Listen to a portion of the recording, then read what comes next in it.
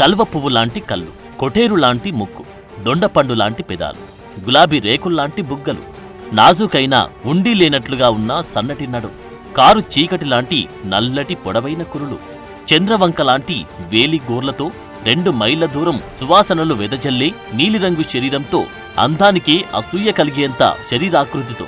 ఏంటి కవిత్వం చెబుతున్నారని అనుకుంటున్నారా? కాదండి, మొదటిసారిగా భగవాన్ వేదవ్యాసుడు మహాభారతంలో ఒక అమ్మాయి అందాన్ని పొగుడుతూ రాసిన వర్ణాలని మీకు వినిపిస్తున్నా. ఆమెను ఒకసారి చూసిన తర్వాత ప్రపంచంలోని మిగతా స్త్రీలందరూ నాకు కోతుల్లా కనిపించారని మహాయోధుడైన జయప్రదుడు చెప్పాడంటే ఆమె ఎంతటి అందగత్తో మీరే ఊహించుకోండి. ఆమెను ఒకసారి చూస్తే చాలు మా జీవితం ధన్యమైపోతుందని భావించి ఎంతో మంది యువరాజులు, వీరులు, యోధులు మనకు మహాభారతంలో కనిపిస్తారు. మొత్తం మహాభారత కాలంలోనే కాదు, మానవ నాగరికత చరిత్రలోనే ఈ భూమి మీద అంతటి అందగత్త లేదంటే అతిశయోక్తి కాదు. అబ్బా, సస్పెన్స్ తో చంపకండి, ఆమె ఎవరో చెప్పండంటారా? సో చెబుతున్నా, ఆమెవరో కాదు, Draupadi, the beauty with brain. మహాభారతంలో భానుమతి, రుక్మిణి, సత్యభామ, సుభద్ర ఇలా ఎంతో మంది అందగత్తలను మించిన అందగత్తే ద్రౌపది. ఈమెను కృష్ణ అని కూడా పిలుస్తారు. ద్రౌపది పాండవుల ధర్మపత్ని. 5 భర్తలున్న పతివ్రతగా చరిత్ర పుటల్లో నిలిచింది ద్రౌపది. మన పురాణాల్లో ఇప్పటి వరకు మొత్తం 5 కన్యలున్నారు. కన్య అంటే సతి అని అర్థం. వివాహమైన స్త్రీని ఆమె పవిత్రత కారణంగా పతివ్రత అంటారు. ఆ 5 పతివ్రతలు ఎవరంటే, 1 అహల్య, ఈమె గౌతమ మహర్షి భార్య. 2 తార, ఈమె వానర వీరుడు వాలి భార్య. 3 సీత, ఈమె రామచంద్రుడి భార్య. మండోదరి, ఈమె రావణాసురుడి భార్య. 5 ద్రౌపది, ఈమె పాండవుల భార్య. వీరందరినీ పంచకన్యలు లేదా పతివ్రతలంటారు. వీరందరి గురించి ఇంకొక వీడియోలో మనం వివరంగా చెప్పుకుందాం. ఇక మన కథలోకి వస్తే, ద్రౌపది 3 జన్మలకు ముందు మొదట ఈమె వేదవతిగా జన్మించారు. ఈమె బ్రహ్మర్షి కుశధ్వజుడు మాలావతి దంపతుల కుమార్తె. ఈమె జన్మించినప్పుడు వేదధ్వని వినిపించింది. అందువలన ఈమెకు వేదవతి అని పేరు పెట్టారు. ఈమెను విష్ణుమూర్తికే ఇచ్చి వివాహం చెయ్యాలని ఎంతటి రాజులు వచ్చినా వారికిచ్చి పెళ్లి చేయలేదు కుశధ్వజుడు. విష్ణుమూర్తిని భర్తగా పొందడానికి ఈమె తపస్సు చేస్తున్నప్పుడు ఆకాశ మార్గాన పోతూ రావణుడు ఈమెను చూచి ఈమె అందానికి మోహించి తనను పెళ్లి చేసుకోమని కోరతాడు. అందుకు వేదవతి తిరస్కరిస్తుంది. అప్పుడు రావణుడు మోహంతో ఆమెను చెరపట్టబోగా వేదవతి అగ్నిలో దూకి చనిపోతుంది. ఆ తర్వాత జన్మలో ఈమె ఇంద్రసేనగా జన్మించింది. మౌద్గల్యుడు అనే మునికి భార్య అవుతుంది. మౌద్గల్యుడు 5 శరీరాలు ధరించి ఆమెతో కాపురం చేశాడు. ఆ తర్వాత జన్మలో ఈమె కాశీరాజు పుత్రికగా జన్మించింది. చాలా కాలం కన్యగా ఉండి మహాశివుని గురించి ఘోర తపస్సు చేసింది. శివుడు ప్రత్యక్షమై వరం కోరుకొమ్మనగా ఆమె 14 లక్షణాలతో భర్తను కోరింది. అందులో 5 ప్రధాన లక్షణాలు చూస్తే, నైతిక విలువలు, శారీరక బలం, నైపుణ్యం, అందమైన తెలివైన భర్త కావాలని కోరింది. అందుకు శివుడు, అది అసంభవం. ఈ లక్షణాలన్నీ ఉన్న వ్యక్తిని నేను నీ వద్దకు పంపితే అతను సమాజంలో అసమతుల్యతను ఎదుర్కోవచ్చు, లేదా అది అతనికి ముప్పుగా మారనువచ్చు. అందుకని వేరే ఇంకేదైనా వరం కోరుకో అంటాడు. అందుకు ఆమె, నేను నా తపస్సు చేశాను, మీరు నా శ్రమకు తగిన ఫలితాన్ని ఇవ్వమని కోరుతుంది. అందుకు శివుడు, సరే అయితే వచ్చే జన్మలో నీ కోరిక నెరవేరుతుంది, దానివల్ల వచ్చే పరిణామాలను కూడా ఎదుర్కోవడానికి సిద్ధంగా ఉండు అని అదృశ్యమవుతాడు. ఇక ఈ జన్మలో ఆమె ద్రుపదుని పుత్రిక ద్రౌపదిగా జన్మించింది. ఒకసారి ద్రోణాచార్యుని ఆజ్ఞ ప్రకారం అర్జునుడు వెళ్లి ద్రుపదుడిని బంధించి ద్రోణాచార్యుడి కాళ్ళ దగ్గర పడవేస్తాడు. ద్రోణుడి వలన కలిగిన గర్వభంగానికి బాధపడిన ద్రుపదుడు ద్రోణుడిని చంపగల పరాక్రమవంతుడైన కుమారుడు, అలాగే అర్జునుడిని పెండ్లాడగలిగే సౌందర్య రాశి అయిన కుమార్తెను పొందాలనే సంకల్పంతో యజ్ఞం చేస్తాడు. ఆ యాగఫలంగా యజ్ఞం నుండి అయోనిజలుగా దృష్టద్యుమ్నుడు, ద్రౌపది జన్మిస్తారు. వీరి తల్లి గర్భం నుండి జన్మించలేదు. పిల్లల రూపంలో జన్మించిన వారిని అయోనిజలు అంటారు. ద్రౌపది అయోనిజగా యజ్ఞం నుండి జన్మించింది కాబట్టి ఆమెను యజ్ఞసేని అని కూడా పిలుస్తారు.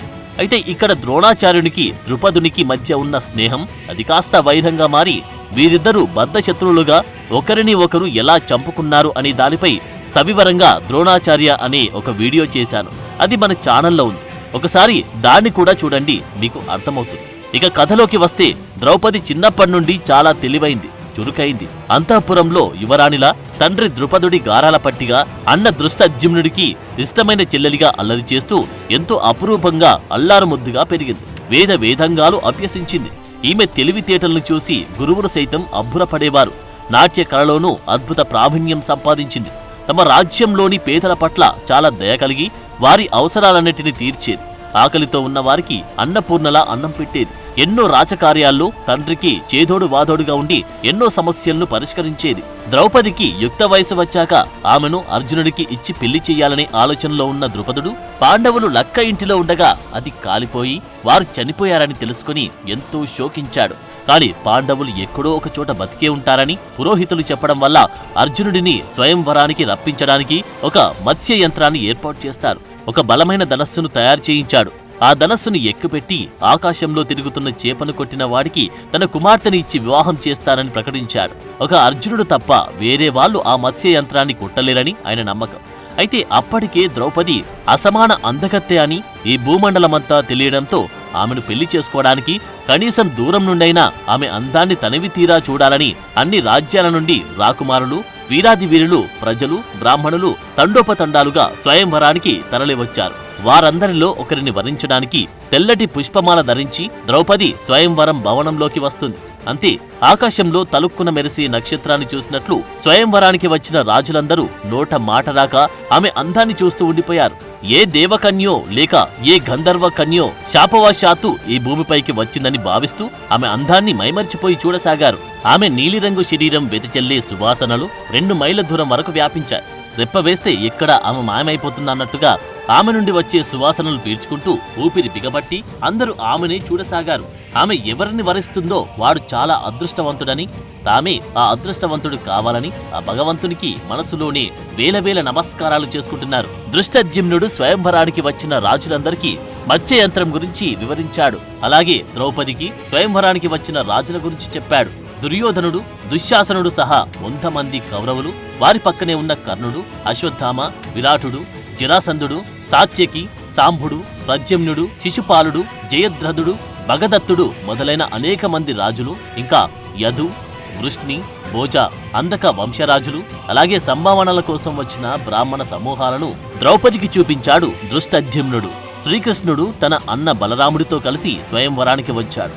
మనకు వ్యాస మహాభారతంలో శ్రీకృష్ణుని ప్రస్తావన మొట్టమొదటిసారిగా ద్రౌపది స్వయంవర ఘట్టంలోనే కనిపిస్తుంది. స్వయంవరం మొదలైంది. ఒక్కొక్కరే వచ్చి తమ అదృష్టాన్ని పరీక్షించుకుంటున్నారు. కాని ఎవరు ఆ బలమైన ధనస్సును ఎక్కువ పెట్టలేకపోయారు.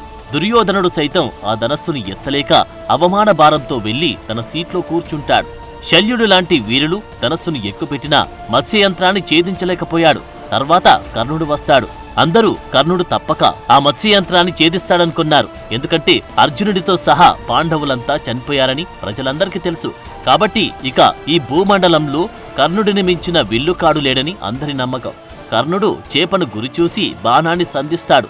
ఒక్క వెంట్రుక వాసిలో చేప తప్పించుకుంటుంది. అప్పుడు దుర్యోధనుడు లేచి ద్రుపదుడు కావాలని రాజులందరినీ అవమానించడానికి ఈ మత్స్యయంత్రాన్ని ఏర్పాటు చేశాడు. కర్ణుడికే సాధ్యం కానప్పుడు ఇంకెవరు ఛేదిస్తారని అంటారు. అప్పుడు బ్రాహ్మణ వేషంలో ఉన్న అర్జునుడు లేచి 5 బాణలతో మత్స్యయంత్రాన్ని పడగొడతాడు. వచ్చిన రాజులందరూ ఆశ్చర్యపోయారు. వీరులైన మహారాజులకే సాధ్యం కాని దాన్ని ఒక బ్రాహ్మణ యువకుడు ఛేదించేసరికి వారికి నోట మాట రాలేదు. ఆ తర్వాత ద్రౌపది అర్జునుడి మెడలో పూలమాల వేస్తుంది.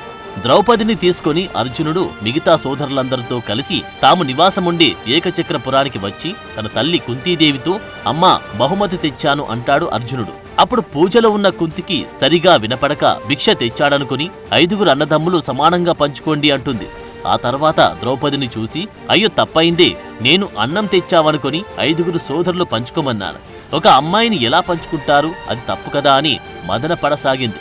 అప్పుడు అక్కడకు శ్రీకృష్ణుడు వచ్చి ద్రౌపది గత జన్మలో మహాశివుడిని 5 గుణాలు కలిగిన భర్తను ప్రసాదించమని వరం కోరుతుంది.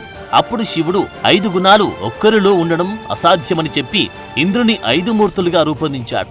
ఆ పంచేంద్రియాలే ధర్ముడు, వాయువు, ఇంద్రుడు, అశ్వినులు. వారి ద్వారా ఈ జన్మలో పంచపాండవులు జన్మించారు. కాబట్టి 5 పాండవులు ఒక్క ద్రౌపదిని పెళ్లి చేసుకోవడం తప్పు కాదు, అది విధి అని చెప్పి ద్రౌపదిని పాండవులకిచ్చి పెళ్లి జరిపిస్తాడు. పెళ్లి తర్వాత 5 పాండవులు ద్రౌపదితో కాపురం చేయడానికి కొన్ని నియమాలను రూపొందించుకుంటారు. దాని ప్రకారం ఆమె ఒక పాండవుడికి 1 సంవత్సరం మాత్రమే భార్యగా ఉంటుంది. 1 సంవత్సరం తర్వాత ఆమె తన మొదటి భర్త నుండి తనను తాను మానసికంగా, శారీరకంగా దృఢంగా తయారు చేసుకోవడానికి 1 నెల పాటు రెస్ట్ తీసుకుంటుంది. ఒకవేళ సంవత్సరం చివరలో ఆమె గర్భం దాలిస్తే బేబీ జన్మించేంత వరకు ఆమె ఒంటరిగానే ఉంటుంది. పుట్టిన బిడ్డ ఆలనా పాలన చూడడానికి బాబుకి 1 సంవత్సరం నిండేంత వరకు కూడా ఆమె ఒంటరిగానే ఉంటుంది. ఆ తర్వాత బాబుని అతని తండ్రికి అప్పగించి రెండవ భర్త దగ్గరికి వెళ్తుంది. ఈ విధంగా ఆమె 5 భర్తలతో కాపురం చేస్తుంది. ఆమె ఒక పాండవుని దగ్గర భార్యగా ఉన్నప్పుడు ఆమె గదిలోకి అప్పటి భర్తను మాత్రమే అనుమతిస్తారు. మిగతా పాండవులు ఆమె గదిలోకి ప్రవేశించకూడదు. వారి ఏకాంతాన్ని చూడకూడదు. ఒప్పందాన్ని మీరి ఒకవేళ ఎవరైనా వారిని చూస్తే వారు 1 సంవత్సరం పాటు తీర్థయాత్రలు చేస్తూ బయట అరణ్యంలో జీవించాలి. అలాగే మన జీవితం చివరి వరకు ద్రౌపదినే పాండవుల పట్టపురాణిగా ఉంటుంది. ఒకవేళ ఎవరైనా పాండవుడు ఇంకో పెళ్లి చేసుకున్నా ఆమెను ఇంద్రప్రస్థంలోకి తీసుకురాకూడదు. వారిని వారి రాజ్యంలోనే ఉంచాలి. ఈ నియమాలన్నింటికీ కట్టుబడి ఉంటామని పాండవులందరూ వాగ్దానం చేశారు. ఈ విధంగా ద్రౌపది 5 భర్తలతో కాపురం చేసింది. ఒక్కో పాండవుడికి ఒక్కో బిడ్డ చొప్పున మొత్తం 5 బిడ్డలకు జన్మనిచ్చింది. వీరిని ఉప పాండవులంటారు. అయితే ఒకసారి అర్జునుడు ద్రౌపది ధర్మరాజు దగ్గర ఉన్నప్పుడు తన ధనస్సు కోసం ధర్మరాజు గదికి వెళ్లి వారి ఏకాంతాన్ని చూసి ఒప్పందాన్ని మీరాడు. అందుకు 1 సంవత్సరం వనవాసం చేసి 3 పెళ్లి చేసుకున్నాడు. సుభద్రను అయితే ఏకంగా ఇంద్రప్రస్థానానికి కూడా తీసుకువచ్చాడు. అయితే ఇంకొంతమంది ద్రౌపదికి సూర్య భగవానుడు వరం ఇచ్చాడని, వరప్రభావం చేత ఆమె నిత్య కన్యగా ఉంటుందని, అంటే ఆమె మొదటి భర్తతో కాపురం చేసి పిల్లాడిని కన్న తర్వాత ఆమె కన్యత్వం చెడకుండా సాధారణ స్థితికి వస్తుందని, శరీరాకృతి మారదని, తద్వారా ఆమె 5 భర్తలకు బిడ్డలను కన్నా కూడా ఆమె కన్యత్వం పెళ్లికి ముందులాగానే ఉంటుందని అన్నారు. అలాగే ఇంకొంతమంది కుంతికి కర్ణుడి పుట్టుక సమయంలో ఆమె కన్యత్వం చెడకుండా ఉండేందుకు సూర్య భగవానుడు చెప్పిన మంత్రాన్ని తన కోడలు ద్రౌపదికి కుంతి ఉపదేశించిందని అంటారు. దీని ప్రకారం ఆమె ఇంకో భర్త దగ్గరకు వెళ్లేటప్పుడు అగ్నిగుండం ద్వారా నడిచి వెళ్తుందని, అప్పుడు ఆమె శరీరాకృతి నిత్య యవ్వనంగా మారుతుందని, అందుకే ఆమెను యజ్ఞసేని అని కూడా పిలుస్తారని చెబుతున్నారు. అయితే సూర్యుడి వరం గురించి వ్యాస భారతంలో చెప్పలేదు. ద్రౌపది తన అత్త కుంతీదేవిని ఎంతో ప్రేమగా సొంత తల్లిలా చూసుకునేది. కుంతి పట్ల ఎంతో అనుకువగా ఉండి ఆమెకు సపర్యలు చేసేది. అంతేకాక తనను అర్జునుడు గెలిచి తెచ్చినప్పటికీ 5 భర్తల పట్ల ఒకే ప్రేమను కనపరిచేది. వారిలో ఒకరిని పొగిడి ఇంకొకరిని తక్కువ చేసేది కాదు. తద్వారా పాండవులందరూ తమలో తాము కొట్టుకోకుండా, విడిపోకుండా చివరి వరకు ఉమ్మడిగా జీవించడానికి, యుద్ధంలో ఒక్కటిగా పోరాడడానికి ద్రౌపదే కారణం. ఆ తర్వాత పాండవులు ఇంద్రప్రస్థానాన్ని రాజధానిగా చేసుకుని రాజసూయ యాగాన్ని కూడా చేస్తారు.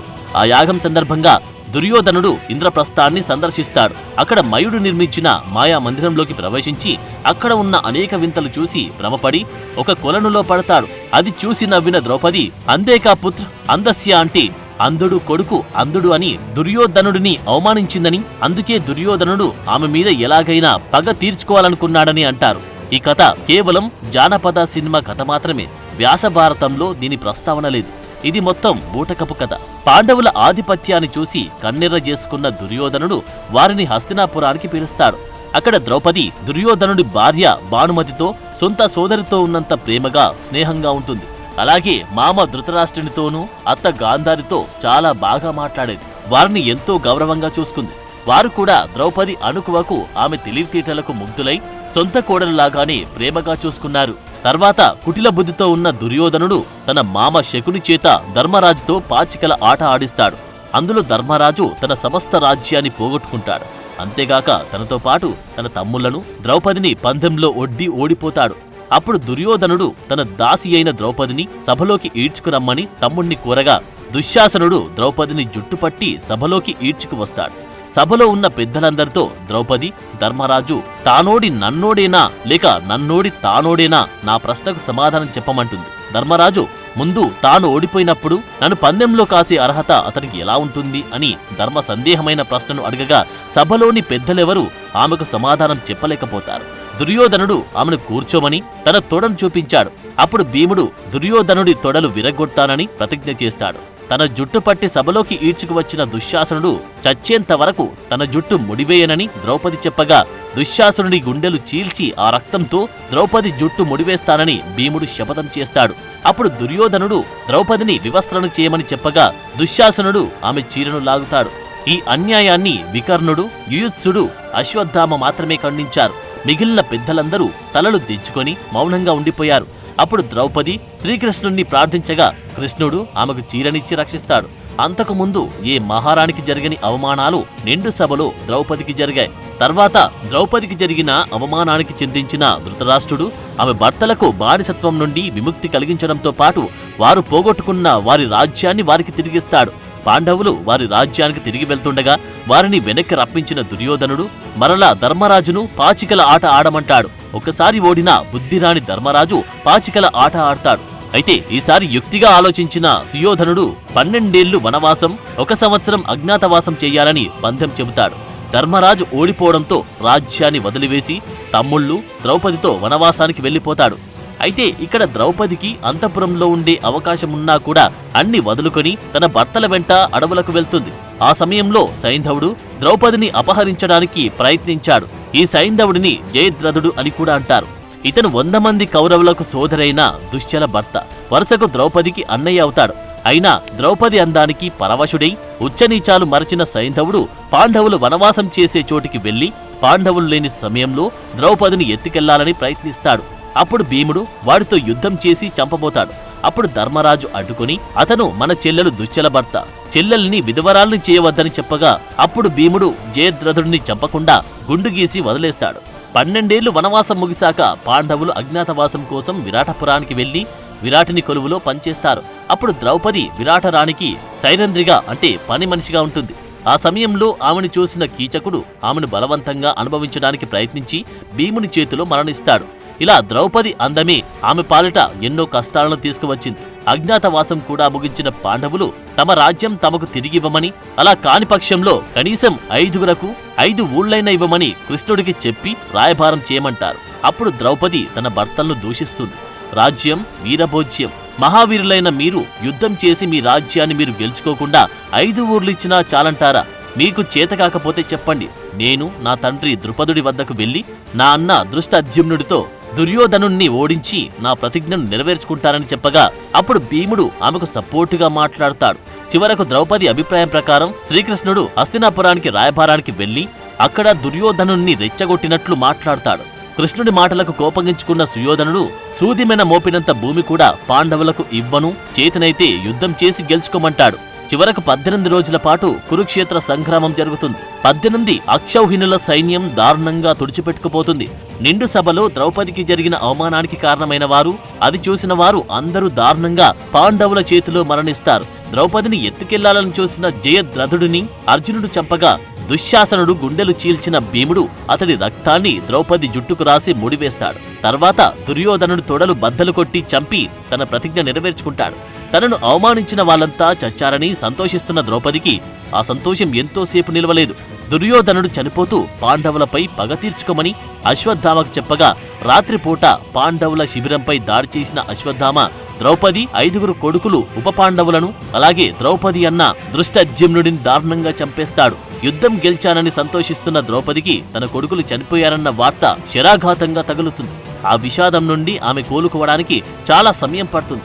యుద్ధం వల్ల ఎన్నో కష్టాలు, కన్నీళ్లు, ఆనందం, దుఃఖం అన్నీ ఉంటాయని శ్రీకృష్ణుడు ఆమెను ఓదారుస్తాడు. తర్వాత హస్తినాపురానికి చక్రవర్తిగా ధర్మరాజు, పట్టపురాణిగా ద్రౌపది పట్టాభిషిక్తులవుతారు. 36 ఏళ్ల పాటు రాజ్యాన్ని జనరంజకంగా పాలించిన ధర్మరాజు కృష్ణుడు అవతార సమాప్తి చేశాడని తెలుసుకొని జీవితం మీద వైరాగ్యం పెంచుకొని పాండవులు మహాప్రస్థానం ప్రారంభిస్తారు. ఆ యాత్రలో అందరికన్నా ముందు ద్రౌపది మరణిస్తుంది. తర్వాత నకుల, సహదేవుడితో పాటు అర్జునుడు, భీముడు కూడా మరణిస్తారు. ధర్మరాజు ఒక్కడే సశరీరంతో స్వర్గానికి చేరుకుంటాడు. సో ఏ విధంగా ప్రపంచ సుందరిగా తన అందంతో ఎంతో మంది రాజులకు నిద్ర లేకుండా చేసిన ద్రౌపది తన జీవితంలో ఆనందం కన్నా ఎన్నో అవమానాలు, కష్టాలు, కన్నీళ్లను చవిచూసి చివరకు స్వర్గాన్ని చేరుకుంది. ఇలా 5గురు భర్తలున్న మహాప్రతివ్రతగా చరిత్రలో పంచకన్యలలో ఒకరిగా ఆమె నిలిచిపోయిందంటే ద్రౌపది పాటించిన నీతి, నియమాలు, కుటుంబ విలువలు ఇప్పటి తరానికి ఎంతో ఆదర్శప్రాయం. అందుకే ఇప్పటికీ కొన్ని రాష్ట్రాల్లో ఆమెను ద్రౌపది మాతాగా ప్రజలు పూజిస్తున్నారు, ఆరాధిస్తున్నారు. జై ద్రౌపది మాతాజీ జై. For more videos like this, subscribe Big TV channel.